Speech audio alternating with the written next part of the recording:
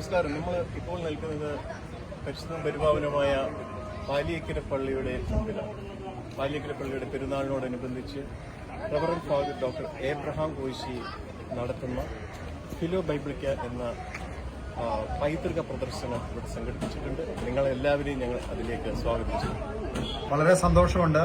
പാലിയേക്കര പള്ളി എന്നും എൻ്റെ ഓർമ്മകളിൽ ഞാൻ മാമോദിസ മുങ്ങിയ പള്ളിയാണ്. എൻ്റെ അമ്മയുടെ ഇടവ പള്ളിയാണ്. അവിടെ ഇപ്രകാരം ഒരു പ്രദർശനം നടത്താൻ സാധിച്ചതിൽ ദൈവത്തെ മഹത്വപ്പെടുത്തുന്നു. അവസരം നൽകിയ പ്രിയപ്പെട്ട അച്ഛന്മാരോടൊക്കെ എല്ലാ ചുമതലക്കാരോടുമുള്ള നന്ദി കൃത്യമായിട്ട് അറിയിക്കുകയാണ്. ഫിലോ ബിബ്ലിക്ക എന്ന് പറഞ്ഞാൽ ഫിലോ എന്ന വാക്കിന്റെ അർത്ഥം ലവ് എന്നാണ്. ലവ് ഓഫ് ബൈബിൾസ് എന്നാണ് ഈ വാക്കിന്റെ അർത്ഥം. ഇത് ക്രൈസ്തവ പൈതൃകവുമായിട്ട് ചേർത്താണ് ഇത് എൻ്റെ 12ാമത്തെ പ്രദർശനമാണ്. വിവിധ ദേവാലയങ്ങളിൽ വെച്ച് അതുപോലെ തന്നെ വൈദിക സെമിനാരി പോലെയുള്ള സ്ഥാപനങ്ങളിലൊക്കെ കൃത്യമായിട്ട് ഈ പ്രദർശനം നടത്തിയിട്ടുണ്ട്. ഇത് ഒരുപക്ഷെ ഒരു ലെങ്തി വീഡിയോ ആണ്. അത് സ്കിപ്പ് ചെയ്യാതെ കാണണം. കാരണം ഇത്രയും ഒരു വലിയ പ്രദർശനമാകുമ്പോൾ അതിനകത്ത് ഒത്തിരി കാര്യങ്ങൾ, ചരിത്രപരമായ കാര്യങ്ങളും അതുപോലെ വിശദീകരണങ്ങളൊക്കെ അല്പം നീണ്ടുപോയേക്കാം. അത് പൂർണ്ണമായിട്ടും കാണാനായിട്ട് എല്ലാവരും ശ്രദ്ധിക്കുക. പ്രത്യേകിച്ച് ഈ ഒരു അവസരം ലഭിച്ചതിൽ ദൈവത്തെ മഹത്വപ്പെടുത്തുന്നു. പാലിയേക്കര ഇടവകയുടെ എല്ലാ ചുമതലക്കാരോടുമുള്ള നന്ദി, സ്നേഹം കൃത്യമായിട്ട് അറിയിക്കുന്നു. ആദിമ ഭാഷകൾ രണ്ടെണ്ണം. ആദ്യം പഴയ നിയമം എഴുതപ്പെടുന്നത് ഹീബ്രു ഭാഷയിലാണ്. ഹീബ്രു ഭാഷയാണിത്. 4 സെമിറ്റിക് ലാംഗ്വേജ് എന്ന് പറയുന്ന 4 ഭാഷകൾ കൃത്യമായിട്ടുണ്ട്. ആ സെമിറ്റിക് ലാംഗ്വേജിൽ ഹീബ്രു ആണ് ഏറ്റവും പഴയ ലാംഗ്വേജ്.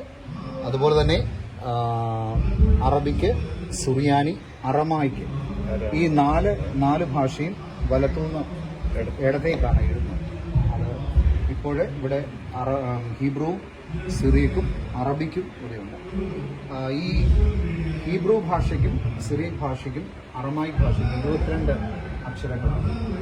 119ാം സങ്കീർത്തനത്തിന്റെ തലക്കെട്ട് നോക്കിയാൽ അറിയാം. വോൾ ഓഫ് ബേസ് ഗോമൽ ഗോലത്ത് എന്ന് പറഞ്ഞ് നമുക്കതിനകത്ത് കാണാൻ പറ്റും. അത് ഈ ഹീബ്രു ഭാഷയുടെയും സിറിയക്കിന്റെ അറമായിക്കിന്റെയും അക്ഷരമാലയാണ് ആ എഴുതി വെച്ചിരിക്കുന്നത്. പിന്നെ ഇത് ലാറ്റിൻ വൾഗേറ്റ്, ലാറ്റിൻ തർജ്ജമകൾ ആദ്യം ഉണ്ടാകുമ്പോൾ അതിന്റെ ആദ്യത്തെ തർജ്ജമകൾ പുതിയ പിന്നെ വിവിധ ഭാഷകൾ. ഹീബ്രുവിലും പുതിയ നിയമം ഗ്രീക്കിലുമാണ്. പുതിയ നിയമം ഗ്രീക്കിലുമാണ്. പിന്നീട് ഓരോ രാജ്യങ്ങളിലേക്ക് വന്നപ്പോൾ രാജ്യങ്ങൾക്ക് പുതിയമായ ഭാഷ, ആ ഭാഷയിലുള്ള ബൈബിളുകളാണ് ഉള്ളത്.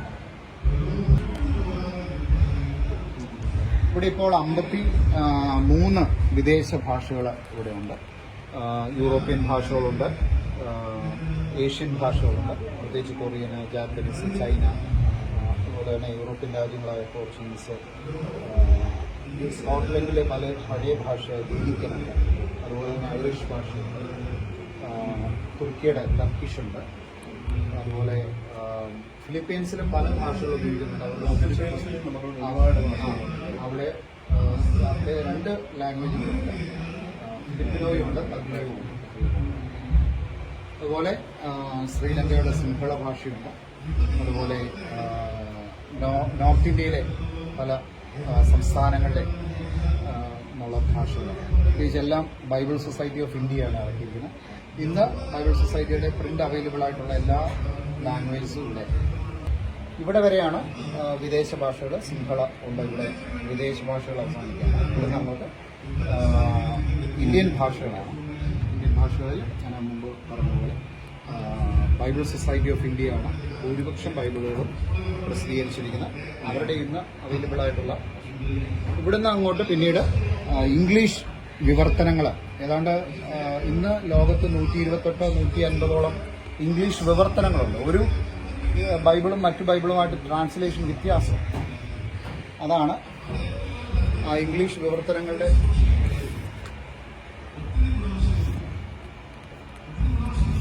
അതുപോലെ തന്നെ പല പേരുകളിൽ ഈ ബൈബിളുകൾ പ്രസിദ്ധീകരിക്കുന്നുണ്ട്. ഇപ്പോൾ റെസ്ക്യൂഡ് ബൈബിളുണ്ട്.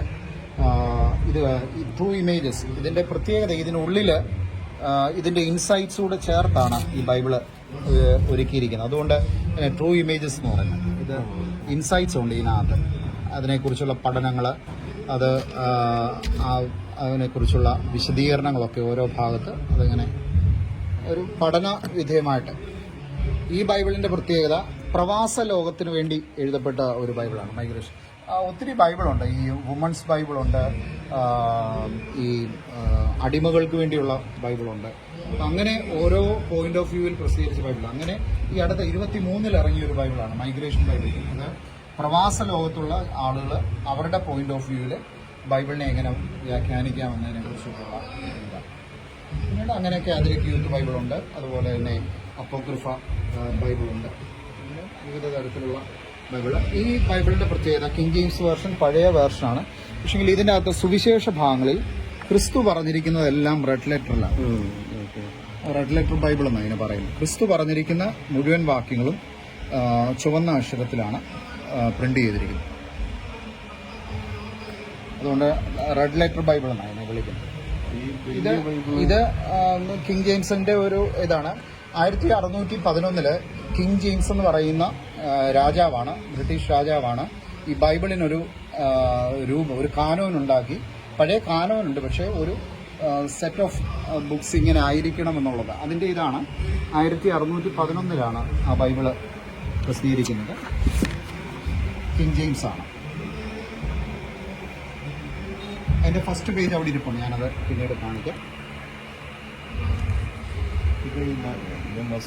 നസ്രാണീസ് എന്ന് പറഞ്ഞാൽ ഇതിനകത്ത് കേരളത്തിലെ എല്ലാ പള്ളികളെക്കുറിച്ചും ഒരു പഠനമാണ്. ഇതിനകത്ത് പാല്യക്കര പള്ളിയുണ്ട്. പാല്യക്കര പള്ളിയുടെ ചുവർ ചിത്രങ്ങളെക്കുറിച്ചും ഇതിനകത്ത് പഠനമുണ്ട്. മാമോദീസ തൊട്ടിയെക്കുറിച്ച് ഇതിനകത്ത് പരാമർശമുണ്ട്. ഇതൊരു detailed study, Christianity in Kerala, India, ഒരു ഡീറ്റെയിൽഡ് സ്റ്റഡിയാണ് ഇത്. ജോർജ് മേനാച്ചേരി എന്ന് പറയുന്ന തൃശ്ശൂർ ഉള്ള ഒരു വ്യക്തിയാണ് ഇതിൻ്റെ പിന്നിൽ പ്രവർത്തിച്ചത്. ചെങ്ങന്നൂപ്പള്ളിയുടെ കുരിശിൻ്റെ ഇതാണ്. അതുപോലെ തന്നെ മദ്ബഹയുടെ ചുവർ ചിത്രങ്ങൾ ഒക്കെ ഇതിനകത്ത് രേഖപ്പെടുത്തിയിട്ടുണ്ട്.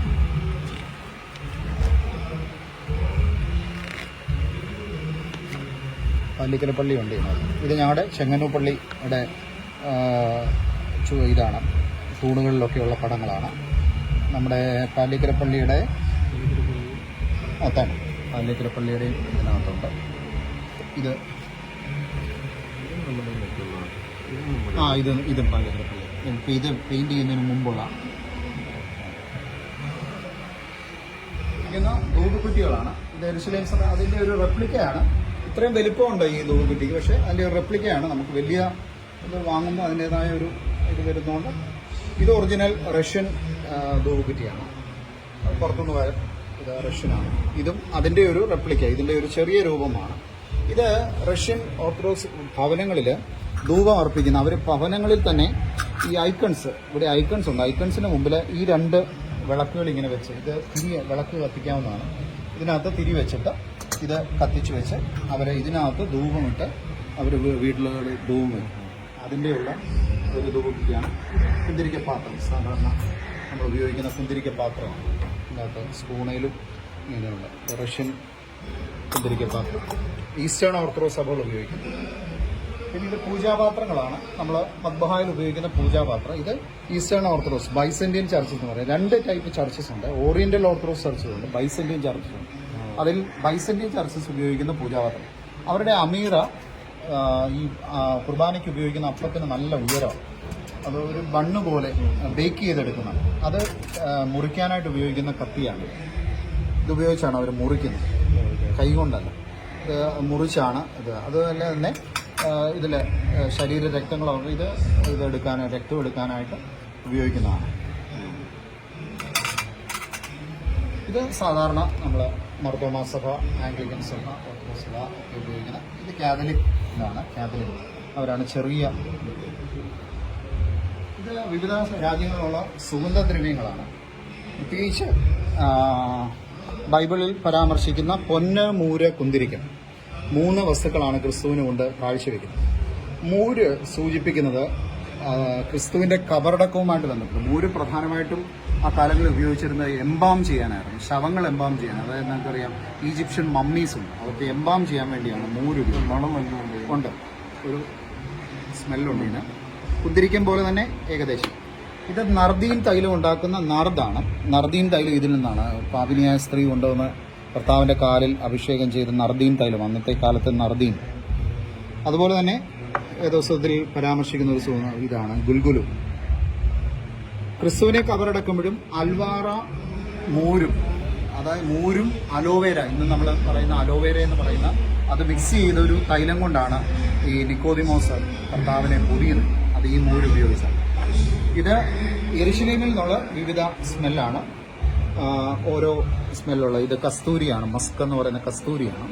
അത് അതിൻ്റെ ഓരോ ഇത് സ്മെല്ല് മൂറോൻ്റെ ഉണ്ട്, അതുപോലെ തന്നെ ജാസ്മിനുണ്ട്, അത് നർദീനുണ്ട്, വിവിധ സ്മെല്ല്. ഇത് ഓരോ രാജ്യങ്ങളിൽ നിന്നുള്ള കുന്തിരിക്കങ്ങളാണ്. ഇന്ത്യനുണ്ട്, ഒമാനുണ്ട്, റഷ്യനുണ്ട്, ഫ്രഞ്ചുണ്ട്, സുഡാനുണ്ട്, എത്യോപ്യ ഉണ്ട്. ഇത് മൗണ്ടാദോസ് എന്ന് പറയുന്ന മൗണ്ടാദോസിലെയാണ്. ഇവരുടെ ഏതാണ്ട് 32 വെറൈറ്റി കുന്തിരിക്കങ്ങളുണ്ട്. അവരാണ് ഞാൻ പറഞ്ഞ അത് അവർ ഈ ഭവനങ്ങളിൽ അതാണ് ഉപയോഗിക്കുന്നത്, അവർക്കത് വാങ്ങാനായിട്ട്. ഈ ഒരു സെക്ഷൻ ജൂയിഷ് ട്രഡീഷനാണ്. ഇത് ജ്യൂസ് തങ്ങളുടെ ആരാധനാ സമയത്ത് ഉപയോഗിക്കുന്ന ഒരു വസ്ത്രമാണ്. ഇതാണ് അവരുടെ ആരാധനാ വസ്ത്രങ്ങൾ. അവരുടെ ഒരു ഷോഫാർ ഉണ്ടാകും, അവരുടെ ഈ ഷാൾ അവർ ഇതും, അതുപോലെ തന്നെ കിപ്പ എന്ന് പറയുന്ന അവരുടെ തൊപ്പി. ആ ഒരു തൊപ്പി ഇല്ലാതെ നമുക്ക് ഇത് നമ്മുടെ പാരമ്പര്യത്തിൽ ഇപ്പോഴ് നമ്മുടെ തിരുമേനിമാര് വിശുദ്ധ കുർബാന ചൊല്ലുമ്പോൾ അവരുടെ മസ്നസായുടെ അടിയിൽ ഇതുപോലെ ഒരു തൊപ്പി ഉണ്ടാകും. നമ്മൾ കാണുന്നില്ല എന്നുള്ളത്. അതൊരു യഹൂദ പാരമ്പര്യത്തിൽ നിന്ന് വന്ന ഒരു ഇതാണ്. ഇത് മെനോറയാണ്, അവരുടെ 7 ഇതുള്ള വിളക്കെന്ന് നമ്മൾ പാട്ടിലൊക്കെ കേൾക്കുന്ന മെനോറയാണ്. ഇത് ജൂയിഷ് ബൈബിള്. ജൂയിഷ് ബൈബിൾ എന്ന് പറഞ്ഞാൽ പഴയ നിയമത്തിലെ പുസ്തകങ്ങൾ ചേർത്ത തനാക്ക് എന്നാണ് ഇതിന്റെ പേര്. അതായത് തോറായിലെ 5 പുസ്തകങ്ങളും അതുപോലെ തന്നെ ഈ പ്രവാചക ഗ്രന്ഥങ്ങളും എല്ലാം കൂടെ ചേർന്നാണ്. ഇത് അവരുടെ സ്ക്രോളാണ്. അത് ആരാധനയ്ക്ക് അവര് ഇപ്പോഴും ഇത് നൂർത്താണ് അവര് വായിക്കുന്നത്. ക്രിസ്തു വന്നിട്ട് ദേവാലയത്തിൽ വന്ന യെശയ്യാവിന്റെ ചുരുള് എടുത്തു എന്ന് പറഞ്ഞാൽ അത് ഇപ്പോഴും അവരുടെ ഞാൻ ആരാധനയിൽ പങ്കെടുത്തിട്ടുണ്ട്. അവരിപ്പോഴും ഇത് തുറന്നാണ് റബായിമാര്, അവരുടെ റാബി എന്നാണ് അവരുടെ അച്ഛന്മാരെ വിളിക്കുന്നത്. അവരിത് തുറന്നാണ്. ഇത് ഷോഫാർ ആരാധന തുടങ്ങുന്നതിന് മുമ്പ് കുഴൽ ഊതുന്ന. ഇത് വിവിധ മലകളിൽ നിന്നുള്ള കല്ലുകളാണ്. ഞാൻ 2009 ഇസ്രായേലിൽ പോയത്. ആ സമയത്ത് കളക്ട് ചെയ്ത കല്ലുകളാണ്. ഇത് ഒറിജിനൽ ഒലിവ്. ഞങ്ങൾ ഓശാന പാടിക്കൊണ്ട് ഒലിവുമലയെന്ന് ഓശാനയ്ക്ക് പോയ അന്നത്തെ ഒലിവാണ്. 2009 അതുപോലെ ചെങ്കടല്, ഗലീല, ആ തടാകങ്ങളിൽ നിന്ന് ശേഖരിച്ച വെള്ളം. ഇത് മറിയമിന്റെ ഭവനത്തിൽ ഒരു കിണറുണ്ട് നസ്രയത്തിൽ, ആ ഒരു കിണറ്റിലെ വെള്ളമാണ്. ഈ കല്ലിന് ഒരു പ്രത്യേകത, ഇത് സീനായ് മലയിലെ കല്ലാണ്. ഈ കല്ലിന്റെ പ്രത്യേകത, ഈ കല്ല് മുൾപടർപ്പ് പ്രത്യക്ഷപ്പെട്ട സ്ഥലത്തെയാണ്. ഈ കല്ല് എങ്ങനെ പൊട്ടിച്ചാലും ഇതിൽ മുൾപടർപ്പ് വരും. മുൾപടർപ്പിന്റെ ഒരു ചിത്രം തെളിഞ്ഞു വരും.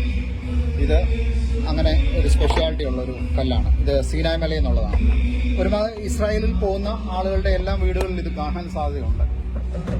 ഇത് ചെപ്പേടുകൾ എന്ന് പറയും. ഒരു കാലത്ത് അധികാരങ്ങൾ കൈമാറിയിരുന്ന ഇരുമ്പ് കോപ്പർ പ്ലേറ്റുകളിലായിരുന്നു. ആ കോപ്പർ ചെപ്പേടുകളെന്ന് സൺഡേ സ്കൂളിലൊക്കെ പഠിക്കുന്ന ചെപ്പേടുകൾ. ഇത് യഹൂദ ചെപ്പേടാണ്.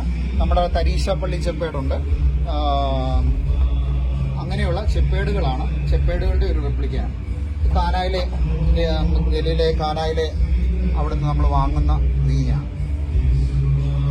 ഈ വേദപുസ്തകത്തിൽ പരാമർശിക്കുന്ന വിവിധ പാത്രങ്ങൾ, നമ്മൾ ചിത്രങ്ങളിലൊക്കെ കാണുന്ന പാത്രങ്ങൾ ബിബ്ലിക്കൽ പോട്ടറിയാണ്.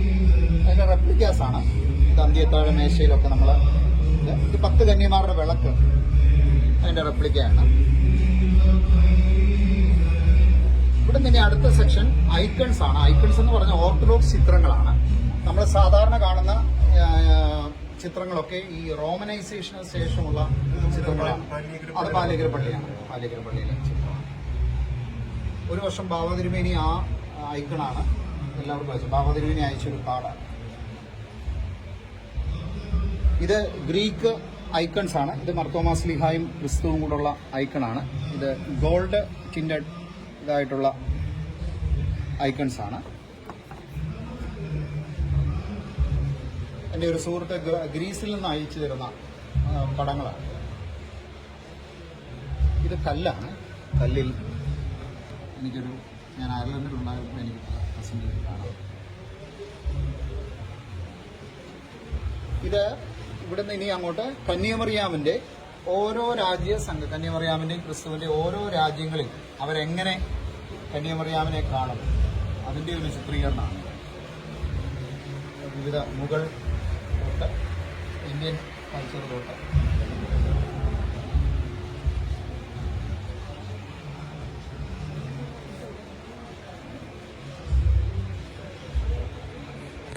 സീനായ് മലയിലെ ഒരു ആശ്രമത്തിന്റെ അവിടെ നിന്ന് കിട്ടുന്ന ലൈറ്റും ക്രിസ്തുവിന്റെ ചിത്രമുണ്ട് ഞങ്ങളുടെ പ്രാർത്ഥനാ സ്പേസിൽ അതാ വെച്ചിരിക്കുന്നത്. ഇത് ക്രിസ്തുവിന്റെ മുൾക്കിരീടത്തിന്റെ ഒരു മാതൃകയാണ്. നമ്മൾ ഇസ്രായേലിൽ ചെല്ലുമ്പോൾ അവിടെ വാങ്ങാൻ കിട്ടുന്ന ഒരു മാതൃകയാണ്. മുള്ളിന്റെ വിവിധ രാജ്യങ്ങൾ ഇതൊരു വീഞ്ഞു പാത്രമാണ്. തുർക്കിയിലെ ഒരു വീഞ്ഞു പാത്രമാണ്. ഇത് അതിന്റെ റെപ്ലിക്കയാണ്. ഇതിന്റെ ഏതാണ്ട് ഒരു 1.5 അടി ഉയരമുണ്ട്. ഇതിങ്ങനെ ഒരു കയ്യിൽ കയറ്റി ഇവിടെ തോളത്തിട്ടിട്ട് ഇതിൽ നിന്ന് വീഞ്ഞിങ്ങനെ പകർന്നു കൊടുക്കുന്ന ഒരു ഇതാണ്. ഏതാണ്ട് 1 അടി വ്യാസം ഉണ്ട്. അവരുടെ ചായക്കപ്പാണ് തുർക്കിയിലെ. അർമേനിയയിൽ നിന്ന് കൊണ്ടുവന്ന ഒരു മാതാവിൻ്റെ ചിത്രം. പ്രസിദ്ധമായ റിയോ ഡി ജനേറോ കർത്താവിൻ്റെ ഇത് ഒട്ടകത്തിൻ്റെ എല്ലിൽ തീർത്ത പെട്ടി. ഇത് ആഭരണങ്ങളൊക്കെ സൂക്ഷിക്കാനായിട്ട് ഉപയോഗിക്കുന്ന ഒരു പഴയ രീതിയാണ്. ഇത് അയർലൻഡിൽ നിന്നുള്ള ഒരു ചെറിയ പുൽക്കൂട.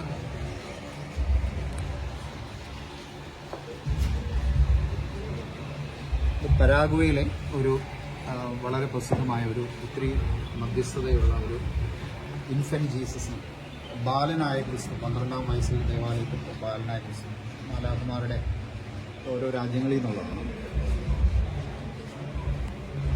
ഇത് വളരെ പ്രധാനപ്പെട്ട ഒരു സംഗതിയാണ്. ഇത് 1947 കുമ്രാൻ എന്ന് പറയും ചെങ്കടലിന് സമീപമുള്ള ഒരു കുമ്രാൻ ഗുഹയിൽ നിന്ന് കണ്ടെത്തിയ ചുരുളുകളാണ്. അവിടെ ഒരു ഇടയബാലൻ പോയിട്ട് ഈ ആടുകളെ മേയിച്ചുകൊണ്ടിരുന്നപ്പോൾ അവനിങ്ങനെ ചുമ്മാ ഒരു ഗുഹയിലേക്ക് ഇങ്ങനെ കല്ലെറിഞ്ഞപ്പം ശബ്ദം കേട്ടു. ഈ കുപ്പിയിലിങ്ങനെ ചെന്ന് ആ നോക്കിയപ്പോൾ ഇതുപോലെയുള്ള ഭരണികൾ, ഇതതിൻ്റെ റെപ്ലിക്കയാണ്, അമേരിക്കൻ മെയ്ഡാണ്. അതിനുള്ളിൽ ഇങ്ങനെ ചുരുളുകൾ, നീണ്ട ചുരുളുകളുണ്ടായിരുന്നു. അത് ഈ തോലിലാണ്, ഇത് തോലാണ്, ആടിൻ്റെ തോലാണ്. ഈ തോലിൽ എഴുതി പരസ്പരം സ്റ്റിച്ച് ചെയ്ത് ഇതേപോലെ നീളത്തിൽ ഇങ്ങനെ വലിയ ചുരുളുകളായിട്ട് അതിനകത്ത് വെച്ചിരുന്നു. അതാണ് പിന്നീട് ആധികാരികമായിട്ട് യെശയ്യാ പ്രവചനവും പ്രവചന പുസ്തകങ്ങളൊക്കെ അതിനകത്തുനിന്ന് കിട്ടുന്നത്. ഈ ചുരുളിൽ നേരത്തെ തന്നെ തർജ്ജമ ചെയ്തിട്ടുണ്ടെങ്കിലും ഇച്ചിരി കൂടെ ആധികാരികമായിട്ട് പഠിക്കാനുള്ള ഒരു അവസരം അവർക്ക് കിട്ടി. ഇതെല്ലാം പുരാതന എഴുത്ത് സമ്പ്രദായങ്ങളാണ്. അടുത്തായിട്ട് ഇത് ഇവിടെ കാണുന്നത് ഈ പേപ്പറസ് ആണ്. പേപ്പറസ് എന്ന് പറയുന്നത് ചാവുകൾ, ഈ നൈൽ നദിയുടെ തീരത്തുണ്ടാകുന്ന ഒരു ഞാങ്ങണ പോലെയുള്ള ഒരു ചെടിയാണ്. അതിൻ്റെ തണ്ട് ഉപയോഗിച്ച് ഉണ്ടാക്കുന്ന ഒരു ഇതാണ്. അതിൻ്റെ തണ്ടാണിത്. ആ തണ്ട് ചതച്ച് ഊടും പാവും നെയ്തുണ്ടാക്കുന്ന പേപ്പറാണ്. പുതിയ നിയമം ആദ്യകാലങ്ങളിൽ എഴുതപ്പെട്ടത് ആ തണ്ട് ഈ പേപ്പറിലാണ്. പേപ്പറസ് എന്ന് പറയുന്നത് അതിൻ്റെ ഫോട്ടോസാണ്. മലയാളത്തിലെ ആദ്യത്തെ ബൈബിളാണ് റംബാൻ ബൈബിൾ. ഇത് നമ്മൾ ചരിത്രം പലപ്പോഴും വിസ്മരിച്ച് കളയുന്ന ആ വ്യക്തിയാണ് കായംകുളം ഫിലിപ്പോസ് റംബാൻ. കായംകുളം ഫിലിപ്പോസ് റംബാനാണ് ആദ്യമായിട്ട് മലയാളത്തിൽ ബൈബിൾ എഴുതുന്നത്. അത് ഈ മലയാള ഭാഷയിൽ എന്നിട്ട് അത് ബോംബെ കൊറിയർ പ്രസ്സിൽ കൊണ്ടുവന്ന് അച്ചുകൂടം ഉണ്ടാക്കി അച്ചിലടിച്ച ബൈബിളിൻ്റെ ഒറിജിനൽ വേർഷനാണിത്. കൊറിയർ പ്രസ്സിൽ 1811 അത് അടിക്കുന്നത്. അതിനുശേഷം ഇതിപ്പോൾ അതേ കായംകുളം ഫിലിപ്പോസ് റംബാനെ കബറടക്കിയിട്ടുള്ള അടൂര് കണ്ണങ്കോട് പള്ളിക്കാർ പിന്നീട് മലയാളം പഴയ തമിഴ് കളർന്ന ഒരു മലയാളമാണ് ഇതിനകത്ത്. അത് നമ്മൾ നോർമലി വായിക്കുന്ന ഒരു ഫ്ലോ നമുക്ക് കിട്ടത്തില്ല. ഇതാണ് റംബാൻ ബൈബിള്, ഏറ്റവും പഴയത്. അതുപോലെ തന്നെ ഇത് ആണ് ഞാൻ പറഞ്ഞത്. സാധാരണ ഇന്ന് ഉപയോഗിക്കുന്ന വേദോത്സവം, ബൈബിൾ സൊസൈറ്റിയുടെ വേദോത്സവത്തിൽ 66 പുസ്തകങ്ങളുണ്ട്. എന്നാൽ ഇത് എത്യോപ്യൻ ബൈബിളാണ്, അംഹാറിക് ഭാഷയിൽ എഴുതപ്പെട്ടതാണ്. ഇതിനകത്ത് 81 പുസ്തകങ്ങളുണ്ട്. അതിൻ്റെ ഒരു ഡീറ്റെയിൽഡ് സ്റ്റഡി ഇതിനകത്തുണ്ട്. ഓർത്തഡോക്സ് ബൈബിളിൽ 76 പുസ്തകങ്ങളാണുള്ളത്. എത്യോപ്യൻ ബൈബിളിൽ 81 പുസ്തകങ്ങളാണുള്ളത്. കത്തോലിക്ക ബൈബിളിൽ 73 പുസ്തകങ്ങളാണുള്ളത്. Protestant Bible Society of India ഉപയോഗിക്കുന്ന ബൈബിളിൽ 66 പുസ്തകങ്ങളാണ്. ഇത് എക്സ്ട്രാ പുസ്തകങ്ങൾ, പുതിയ നിയമത്തിലും പഴയ നിയമത്തിലും എക്സ്ട്രാ പുസ്തകങ്ങളുണ്ട്. ഇത് ചെറിയ ബൈബിളുകളുടെ റെപ്ലിക്ക ഇതാണ്. ഇത് അത്ര ആധികാരികമെന്ന് പറയാൻ പറ്റില്ല. നമ്മൾ അക്ഷരങ്ങൾ എൻ്റെ കയ്യിലുള്ള കളക്ഷൻസിലെ ഏറ്റവും പഴയ വേദോസ് 1898 മുതൽ 917 വരെയുള്ള ഈ ബൈബിളിൻ്റെ പ്രത്യേകത ലോകത്തിലെ എല്ലാ ക്ലാസിക് പെയിൻറ്റിങ്സും, അതായത് മൈക്കിൾ ആഞ്ചലോ തൊട്ട് ഉള്ള ക്ലാസിക് പെയിൻറ്റേഴ്സ് വരച്ച പെയിൻറ്റിങ്ങുകൾ ഈ ബൈബിളിലുണ്ട്. ഓരോ ഭാഗത്തായിട്ട് പല ഭാഗത്തിങ്ങനെ ഇത് ഉൾക്കൊള്ളിച്ചുണ്ട്. പല ക്രിസ്തു സംഭവങ്ങളും പ്രവാചക സംഭവങ്ങളും. ഇതാണ് നല്ല ശമരിയാക്കാരൻ്റെ ഉപമയാണ്. അത് ആരാണ് വരച്ചതെന്നുള്ളത് ഇതിൻ്റെ താഴെയുണ്ട്.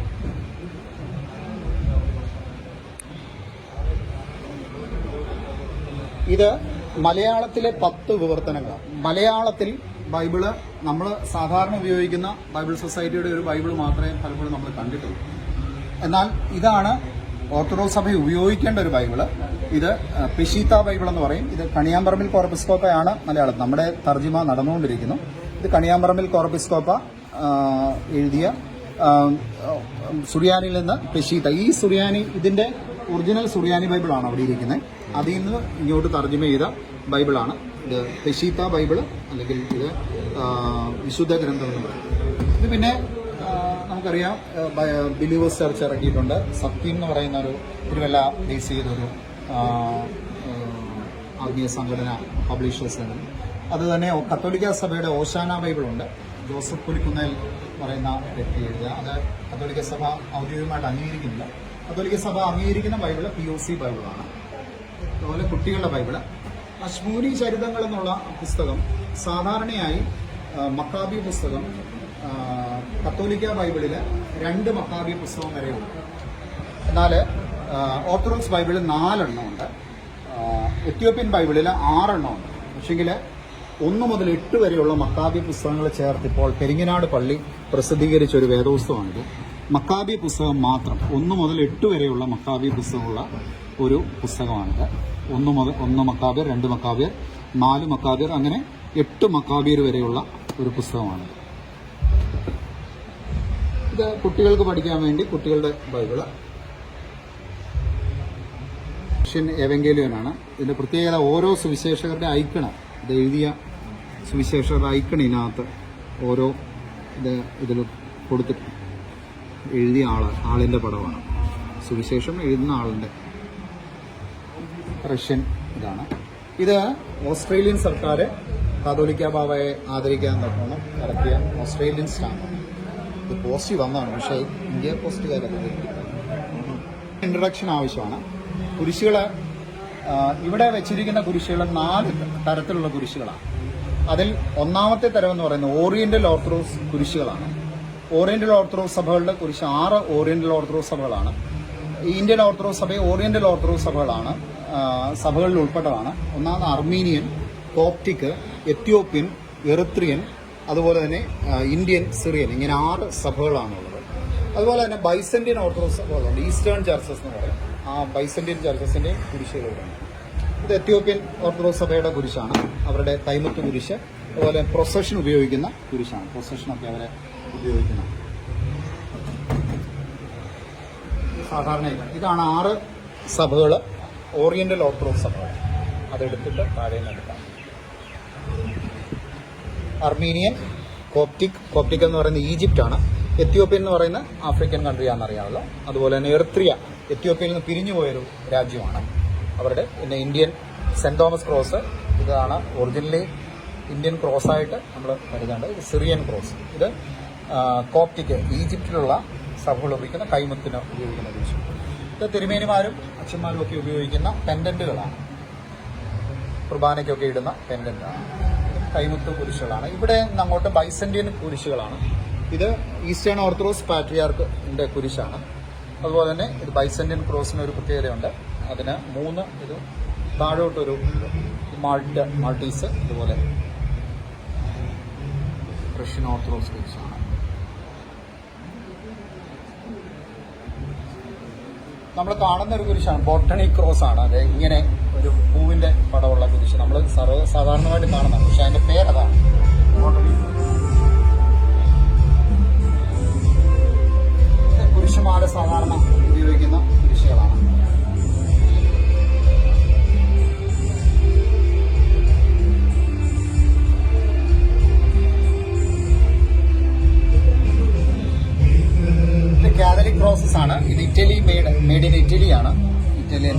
മേഡാണ്. ഇനി ഇവിടെ അങ്ങോട്ട് കാതലിക് പ്രോസസ് ആണ്. ഒത്തിരി വെറൈറ്റി ഓഫ് പ്രോസസ്സാണ് കാതലിക് പ്രോസസ് ഉള്ളത്. ട്രീ ഓഫ് ലൈഫ് അല്ലെങ്കിൽ പീസ് പ്രോസസ് എന്ന് പറയും. കർത്താവിനെ തറച്ച് 6 ഇഞ്ച് നീളമുള്ള ആണി അതില് തീർത്ത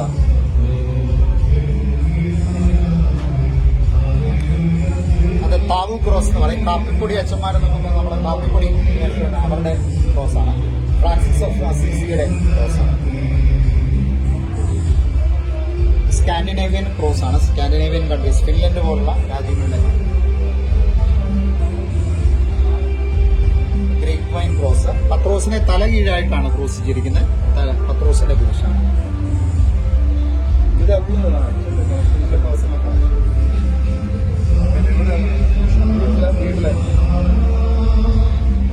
ഞാൻ ലാസ്റ്റ് 2 വർഷം അയർലൻഡിലായിരുന്നു. അയർലൻഡിലാണ് ഒത്തിരി വെറൈറ്റി ക്രോസ്. ഇത് സെന്റ് ബ്രിജറ്റ്സ് ക്രോസ് എന്ന് പറയും. ഇത് കച്ചിയാണ്, കച്ചി കൊണ്ടുണ്ടാക്കുന്ന അവരുടെ ഒരു കാർഷിക ഇതാണ്.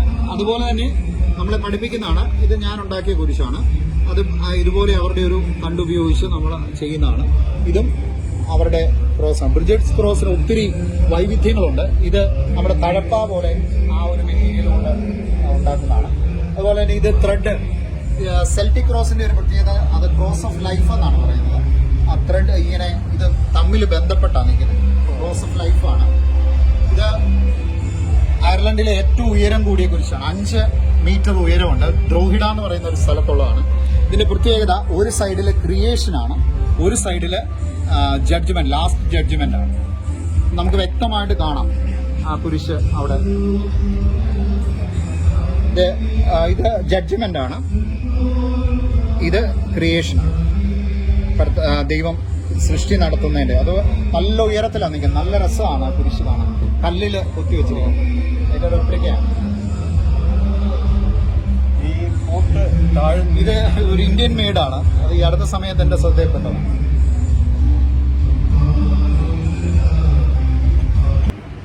സ്റ്റാമ്പുകളുടെ സെക്ഷനാണിത്. ഇന്ത്യ ഇറക്കുന്ന ആദ്യത്തെ ക്രിസ്ത്യൻ സ്റ്റാമ്പാണിത്. 1964 ഇന്ത്യ ഗവൺമെന്റ് ഇറക്കിയ ബർത്തോമാസ് ലീഹായുടെ 1900 ഓർമ്മ പ്രമാണിച്ചിറക്കിയത്. അതിനുശേഷം പിന്നെ അതുപോലെ തന്നെ മൈക്കിൾ ആഞ്ചലോ വരച്ച ക്രിയേഷന്റെ ആ പടം അതുപോലെ ഇന്ത്യ ഗവൺമെന്റ് ഇറക്കിയിട്ടുണ്ട്. പിന്നെ ക്രിസ്മസ് സ്റ്റാമ്പ് ഇന്ത്യ ഗവൺമെന്റ് ഇറക്കിയിട്ടുണ്ട്. ക്രിസ്മസ് പോസ്റ്റ് കാർഡ്സ് ഇറക്കിയിട്ടുണ്ട്. ഇത് പഴയ സെമിനാരിയുടെ 200ാം വാർഷികത്തോടനുബന്ധിച്ച് 2015 പഴയ സെമിനാരിയുടെ സ്റ്റാമ്പ് ഇന്ത്യ പോസ്റ്റ്. ഒരു സ്റ്റാമ്പ് ഇറങ്ങുമ്പോൾ 3 കാര്യങ്ങളാണ്. ഒന്ന്, ഒരു ഫസ്റ്റ് ഡേ കവർ ഉണ്ടാകും. അതിൻ്റെ ഒരു ബ്രോഷർ, ഡീറ്റെയിൽസ് ഉള്ള ഒരു ബ്രോഷർ കാണും. അതുപോലെ തന്നെ സ്റ്റാമ്പും കാണും. ഇത് നാഷണൽ കൗൺസിൽ ഓഫ് ചർച്ചസിന്റെ ബൈബിൾ സൊസൈറ്റിയുടെയാണ്. ഇത് നമ്മുടെ തുമ്പോൺ പള്ളിയുടെ ഒരു കവർ ഇന്ത്യ ഗവൺമെന്റ് ഇറക്കിയിട്ടുണ്ട്. വിവിധ ക്രിസോസ്റ്റം തിരുമേനിയുടെ 100ാം ജന്മദിനത്തോടനുബന്ധിച്ചൊരു കവർ ഇറക്കി. അതുപോലെ തന്നെ വെല്ലൂർ മദ്രാസ് ക്രിസ്ത്യൻ കോളേജ്, അതുപോലെ തന്നെ Lucknow college, Vellore medical college, ഇതെല്ലാം ഇവിടുന്ന് ക്രിസ്മസ് തീമിലുള്ള, ക്രിസ്മസ് ഈസ്റ്റർ തീമിലുള്ള സ്റ്റാമ്പുകളാണ് ഓരോ രാജ്യങ്ങളുടെ. അതിന്റെ ഫസ്റ്റ് ഡേ കവറുകളുണ്ട്.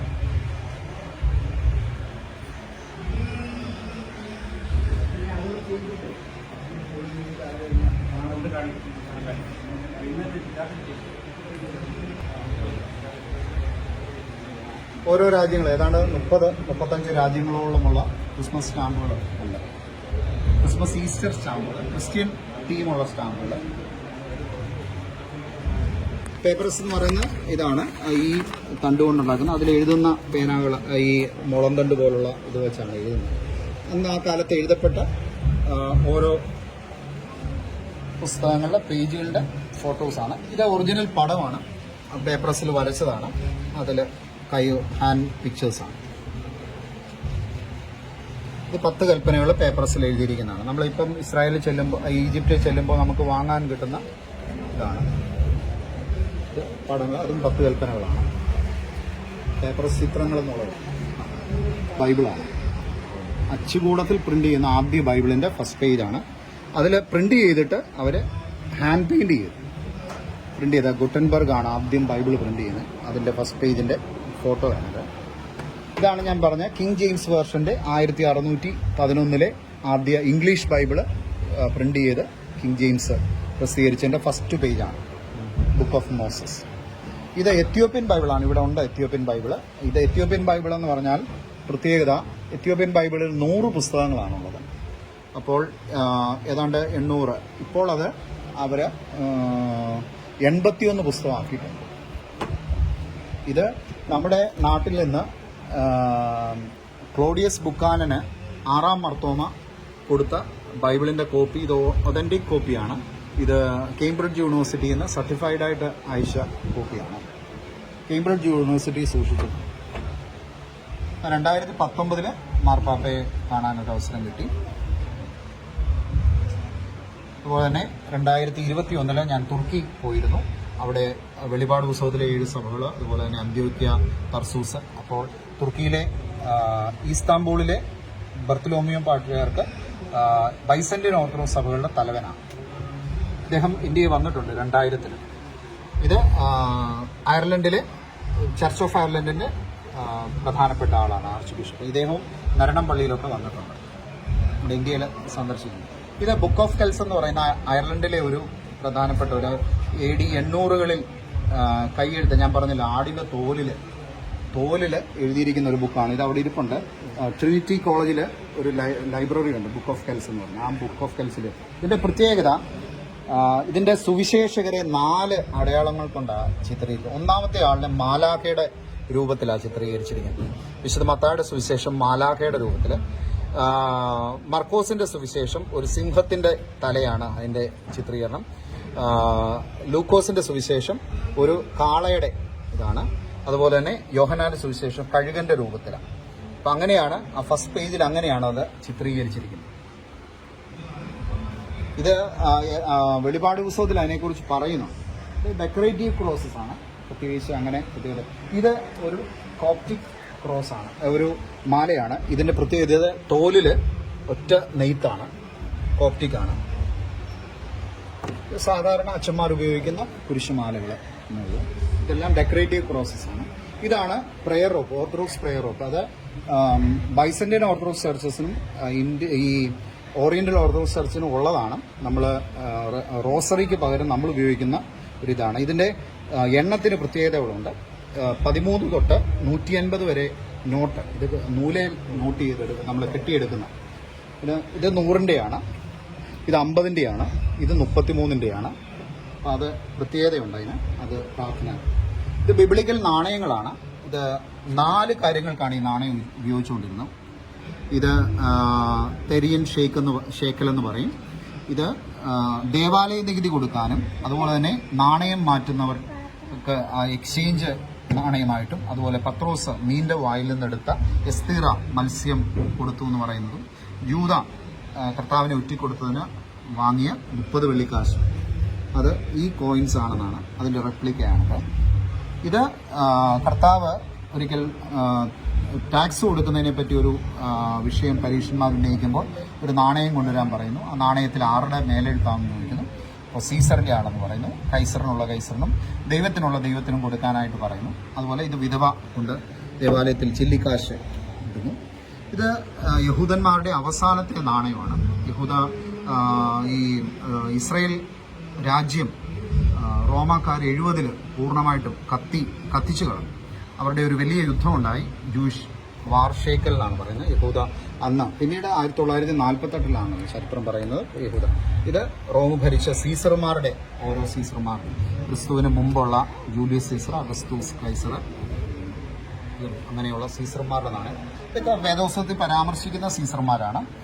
ക്ലോഡിയസ് ഈ അപ്പോസ്തലന്മാരുടെ കാലത്ത് നീറോ ചക്രവർത്തിയെക്കുറിച്ച് കേട്ടിട്ടുണ്ട്. ട്രാജൻ കുറിച്ച്. കോൺസ്റ്റന്റൈനാണ് AD 313 ക്രിസ്തു മതത്തിന് സ്വാതന്ത്ര്യം കൊടുക്കുന്നത്. അതുപോലെ തന്നെ നിക്കിയ സിനോസ്, ഇപ്പൊ നിക്കിയ സിനോസിന്റെ 1700-ാം വാർഷികം നമ്മൾ ആഘോഷിക്കാൻ പോവുകയാണ്, ആഘോഷിച്ചുകൊണ്ടിരിക്കുകയാണ്. ഇത് ഓരോ രാജ്യത്തെ നോട്ടുകളിൽ ക്രിസ്തീയ തീമുള്ള നോട്ടുകളാണ്. ദേവാലയങ്ങളുടെ പടവും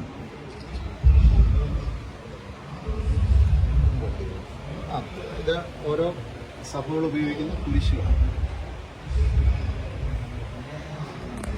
ബ്രെയിലി ബൈബിള് കാഴ്ച പരിമിതിയുള്ളവർക്ക് വായിക്കാനുള്ള ബൈബിളാണ്. അവരെ വിരൽ തുമ്പുകൾ സ്പർശിച്ചാണ് ഇത് വായിക്കുന്നത്.